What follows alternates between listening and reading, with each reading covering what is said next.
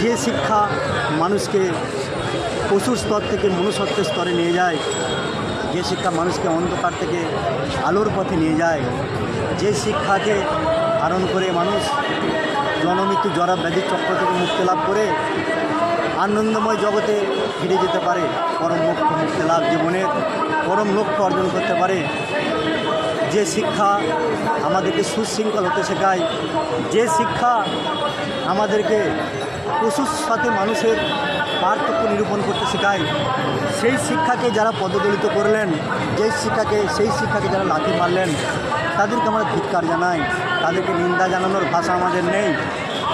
তাই এই ভেঙে দেওয়া জাতির মেরুদণ্ডকে ভেঙে দেওয়া যে শিক্ষা ব্যবস্থাকে জাগ্রত করার জন্য, মেধাকে জেতানোর জন্য, পরিশ্রমকে জেতানোর জন্য, সততাকে জেতানোর জন্য আর দুর্নীতির মুখোশ খুলে দেওয়ার জন্য, তাদের মুখ ভেঙে গুঁড়িয়ে দেওয়ার জন্য আমরা সকলকে আহ্বান জানাচ্ছি। আপনারা সকলে আসুন, এই দুর্নীতিবাজ ঠগবাজ নেতা মন্ত্রীদেরকে আপনারা শাস্তির জন্য দাবি তুলুন, যাতে করে আর কখনোই এরকম ঘটনা না ঘটে, যোগ্যরা প্রকৃত মর্যাদা পায়, যোগ্য শিক্ষকেরা তাদের চাকরি ফিরে পায়, কখনোই যেন অযোগ্য নেতা মন্ত্রী ব্যক্তিরা এরকম ঘটনা ঘটানোর সাহস পর্যন্ত না দেখান।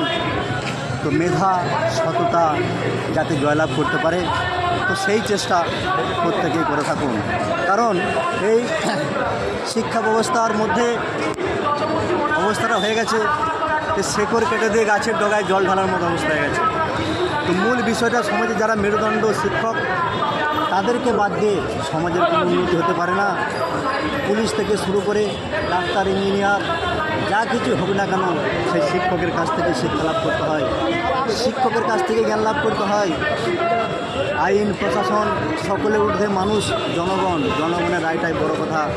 সকল মানুষের স্বার্থে, মানবতার স্বার্থে এই যোগ্য শিক্ষকদেরকে আবার ফেরাতে হবে। তাই ছাত্রছাত্রীদেরকে আহ্বান জানাচ্ছি, তোমরা আন্দোলন শুরু করো, তোমাদের যোগ্য শিক্ষকদেরকে আবার চাকরিতে ফিরিয়ে নিয়ে যাওয়ার জন্য, বিদ্যালয়ে ফিরিয়ে নিয়ে যাওয়ার জন্য, দুর্নীতির মুখোশ খুলে দেওয়ার জন্য সকলে একসাথে একযোগে আন্দোলন শুরু করুন, লড়াই শুরু করুন। যতক্ষণ না আমাদের চাকরি ফিরে পাচ্ছে, আমাদের এই আন্দোলন চলবে।